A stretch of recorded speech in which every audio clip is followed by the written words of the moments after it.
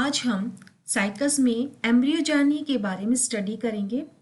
Embryogeny के अंतर्गत 3 सब टॉपिक आते हैं। पहला है एम्ब्रियो डेवलपमेंट, दूसरा सीड का स्ट्रक्चर और तीसरा जर्मिनेशन ऑफ सीड। यानी एम्ब्रियो का डेवलपमेंट किस प्रकार से होता है, बीज या सीड की संरचना और बीज का अंकुरण। तो ये 3 सब टॉपिक हम इसमें पढ़ते हैं। तो सबसे पहले हम देखेंगे साइकस में एम्ब्रियो डेवलपमेंट। पिछले लेसन में हमने पढ़ा था कि फर्टिलाइजेशन के द्वारा साइकस में जाइगोट का निर्माण हो जाता है और यह जाइगोट डिप्लॉइड होता है और यह डिप्लॉइड जाइगोट सेल अब स्पोरोफाइटिक फेज की मदर सेल या स्पोरोफाइटिक या बीजाणुद्भिद कोशिका की प्रथम कोशिका के रूप में कार्य करता है। इस डिप्लॉइड जाइगोट में, जिसको हम यहाँ पर ऊस्पोर भी कह रहे हैं, इसमें फ्री न्यूक्लियर डिवीजन होते हैं, मुक्त केंद्र की विभाजन होते हैं। जैसे कि आप डायग्राम ए में देखिए, यहाँ पर एक ऊस्पोर या डिप्लॉइड जाइगोट दिखाया गया है। बी में उसका साइज कुछ इंक्रीज दिखाया गया है। सी डायग्राम में पहला न्यूक्लियस का डिवीजन हो चुका है। डी डायग्राम में यहाँ पर कई केंद्रक बन चुके हैं। इन केंद्रकों का निर्माण मुक्त केंद्र के विभाजन से होता है, यानी यहाँ पर केंद्रक के विभाजन के बाद में कोशिका भित्ति का निर्माण नहीं होता है। मुक्त केंद्रकों के निर्माण होने के बाद में यहाँ पर बीच में एक वैक्यूल बन जाती है या रिक्तिका बन जाती है। इस रिक्तिका के बनने के कारण जो केंद्रक बने हैं वो इसकी पेरिफेरी की तरफ पुश हो जाते हैं और बीच में ये केंद्रिका स्थित होती है। कुछ समय के बाद में यहाँ पर सेल वॉल का फॉर्मेशन स्टार्ट होता है, कोशिका भित्ति का निर्माण शुरू होता है। जैसे कि आप ई डायग्राम में देख सकते हैं, the cell wall formation start in the basal region and extend to the upper region and the cellular structure thus formed is known as proembryo. यानी कि इसमें कोशिका भित्ति का निर्माण इसके बेसल रीजन से यानी आधारीय रीजन से स्टार्ट होता है और ऊपर के क्षेत्र में ये आगे ग्रो करता है कोशिकाओं का निर्माण।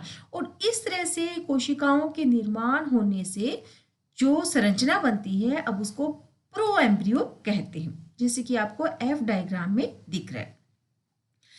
यह प्रोएम्ब्रियो बाद में कोशिकाओं से पूर्णतः भर जाता है, फिल हो जाता है। कुछ समय के बाद में यह प्रोएम्ब्रियो 3 भागों में विभेदित हो जाता है, डिफरेंशिएट हो जाता है। पहला भाग है, इसमें ऊपर की तरफ होता है होस्टोरियल रीजन या जिसको चुष्कांक क्षेत्र भी कहते हैं, और ये माइक्रोपाइल ओव्यूल जो होता है उसके माइक्रोपाइल सिरे की तरफ होता है। उसके बाद में होता है सस्पेंसर रीजन या इसको निलंबक क्षेत्र भी कहते हैं, और मुख्य भाग जो होता है उसको भ्रूणीय भाग कहते हैं। कार्य के हिसाब से अगर हम देखें तो चुष्कांग जो कि माइक्रोपाइलर या अंडद्वारी क्षेत्र की तरफ होता है, यह भोजन का अवशोषण करता है, ओव्यूल से भोजन का अवशोषण करता है और बढ़ता हुआ जो भ्रूण है उसको प्रदान करता है। निलंबक या सस्पेंसर की कोशिकाएं कुछ लंबी हो जाती है और लंबी होकर यह जो एम्ब्रियो होता है उसको युग्मकोद्भिद या गैमेटोफाइट में धकेलने का कार्य करती है। इस प्रकार से हम देखते हैं कि कुछ समय के लिए भ्रूणीय क्षेत्र की कोशिकाओं के मध्य में विभाजन इसमें धीरे होता है और उसके बाद में ये जो भ्रूणीय क्षेत्र है इसके साइड्स में या मार्जिन्स पर विभाजन तेजी से होता है। तो भ्रूणीय क्षेत्र के मार्जिन्स पर विभाजन के तेजी से होने के कारण इसमें एक कॉटिलिडॉन नामक संरचनाएं बन जाती है, जिनको बीज पत्र भी कहते हैं। और साइकस में ये बीज पत्र कॉटिलिडॉन असमान होते हैं, यानी दोनों कॉटिलेडोन बराबर नहीं होता है। इसमें कुछ स्पीसीज में 3 कॉटिलिडॉन भी पाए जाते हैं। The embryonal region form the main part of the embryo. Then the 2 cotyledon are differentiated. The plumule is formed between the cotyledon and the radicle is also differentiated. Next growth में क्या होगा, plumule का निर्माण होगा या प्रांकुर का निर्माण होता है। और इस प्रांकुर का निर्माण जो कॉटिलिडॉन्स बने थे उनके बीच में होता है। इसके अलावा एक और मुख्य भाग जिसको रेडिकल कहते हैं या मूलांकुर कहते हैं, वह भी इसमें विभेदित हो जाता है। आपको एक टर्म यहाँ पर याद रखनी है जिसको कहते हैं हाइपोकोटाइल। तो साइकस में रेडिकल और प्रांकुर शीर्ष के बीच का जो भाग होता है उसको हाइपोकोटाइल कहते हैं। The region between the radicle and the stem apex is known as hypocotyl. और यह भाग कॉटिलिडॉन से कुछ नीचे की तरफ होता है, इसलिए इसको क्या कहते हैं, hypocotyl. And the radical is enclosed in a pad like hard covering called coleorhiza. और इसका जो रेडिकल होता है वह एक कोलियोराइजा या मूलांकुर चोल नामक कठोर संरचना में ढका हुआ रहता है, जिससे इस रेडिकल की सुरक्षा का कार्य किया जाता है। तो यहाँ पर दूसरी स्टेज है, हमने कहा था कि सीड का स्ट्रक्चर। तो फर्टिलाइजेशन के बाद में ये सब जो प्रोसेस हो रहे थे, एम्ब्रियो का फॉर्मेशन हो रहा था, उसके साथ साथ में ओव्यूल में भी चेंजेस होते हैं। Then the ovule is transformed into seed after fertilisation. Ovule का निर्माण सीड के रूप में हो जाता है।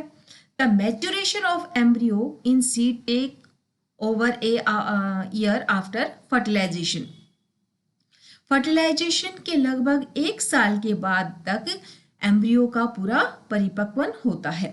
तो इस डायग्राम में आप देख सकते हैं, सी जो डायग्राम है उसमें आपको एम्ब्रियो जो भाग है वो दिखाई दे रहा है, बीच में एक सस्पेंसर, और यहाँ पर जो है इसका हॉस्टोरियल रीजन यहाँ पर दिखाई दे रहा है। इसके साथ में ये जो डायग्राम है इसमें जो सीड है उसके अंदर एम्ब्रियो दिखाई दे रहा है। इस एम्ब्रियो में आपको 2 कॉटिलिडॉन्स दिखाई दे रहे हैं और कॉटिलिडॉन्स के बीच में प्लूम्यूल होता है और इसमें पीछे से निकलता रेडिकल होता है और वह रेडिकल इसमें कोलियोराइजा के द्वारा ढका हुआ होता है। एंडोस्पर्म और न्यूसेलस इसमें कुछ नष्ट हो जाते हैं। जब एम्ब्रियो का निर्माण होता है तो धीरे धीरे न्यूसेलस और एंडोस्पर्म इसके पोषण देने के लिए स्वयं नष्ट हो जाते हैं, तो उनकी केवल पतली परत ही पाई जाती है और इंटेग्यूमेंट्स का फॉर्मेशन हो जाता है। तो साइकस का जो सीड होता है उसमें केवल एक इंटेग्यूमेंट होता है, लेकिन यह इंटेग्यूमेंट 3 परतों से बना हुआ होते हैं, 3 इसमें लेयर होते हैं। एक इम्पोर्टेंट बात आपको यहाँ पर ध्यान रखनी है कि जो साइकस का सीड होता है उसमें 3 जेनरेशन, 3 पीढ़ियाँ समाई हुई रहती है। पहला जो इंटेग्यूमेंट होते हैं वो इसके पहले वाली जो मदर स्पोरोफाइटिक स्टेज है उसको रिप्रेजेंट करते हैं। एम्ब्रियो के चारों ओर जो एंडोस्पर्म पाया जाता है वह उसके गैमेटोफाइटिक स्टेज के अवशेष होते हैं और अभी जो एम्ब्रियो इसमें बना है उससे नेक्स्ट स्पोरोफाइटिक स्टेज का निर्माण होगा। इसलिए हम कहते हैं कि साइकस में 3 जनरेशन, साइकस के सीड में 3 जनरेशन्स पाई जाती हैं। नेक्स्ट स्टेज हमें लेनी है इसमें जर्मिनेशन ऑफ सीड। तो साइकस के लिए आपको याद रखना है कि साइकस में जो जर्मिनेशन ऑफ सीड होता है वो हाइपोजियल प्रकार का होता है। हाइपोजियल प्रकार का जर्मिनेशन का अर्थ है कि इसमें जर्मिनेशन या अंकुरण के दौरान इसके कॉटिलिडॉन्स या बीज पत्र बीज चोल के अंदर ही रहते हैं, बाहर नहीं निकलते हैं और इसका प्रांकुर जो है वह बाहर निकलते हैं, लेकिन इसमें बीज पत्र जो है भूमि के अंदर ही रहते हैं। तो प्रांकुर या प्लूम्यूल भूमि से बाहर वृद्धि करते हैं और उनके उसके बाद में कुछ शल्क पत्र, इसके लिए लीव्स और कुछ लीव्स जो है उसमें बननी स्टार्ट हो जाती है। ये जो जर्मिनेशन होता है इसमें इनका रेस्टिंग पीरियड इसमें नहीं पाया जाता है। जैसे ही एम्ब्रियो का डेवलपमेंट पूर्ण होता है और इस दौरान ये भूमि पर भी गिर गए होते हैं तो उसमें सीड जर्मिनेशन स्टार्ट हो जाता है without any resting period. The radicle form the primary root. तो जो रेडिकल जो बना था, जैसे कि ए डायग्राम में आपको रेडिकल दिख रहे हैं, इससे प्राथमिक मूल प्राइमरी रूट का फॉर्मेशन होता है और प्रांकुर या प्लूम्यूल से इसकी शूट और लीव्स का फॉर्मेशन होता है। जैसे बी डायग्राम में रेडिकल और प्लूम्यूल दोनों दिखाई दे रहे हैं और सी डायग्राम में इसमें प्लूम्यूल के अंदर और ज़्यादा ग्रोथ होने से इसमें लीफलेट्स, सेकेंडरी लीफ, रेमेंटाज, जो कि साइकस की एक विशेषता होती है, यानी इसकी जो स्टेम के ऊपर छोटे रोम जैसी संरचनाएं पाई जाती है उन्हें रेमेंटा कहते हैं, तो वो भी इसमें बन गए हैं।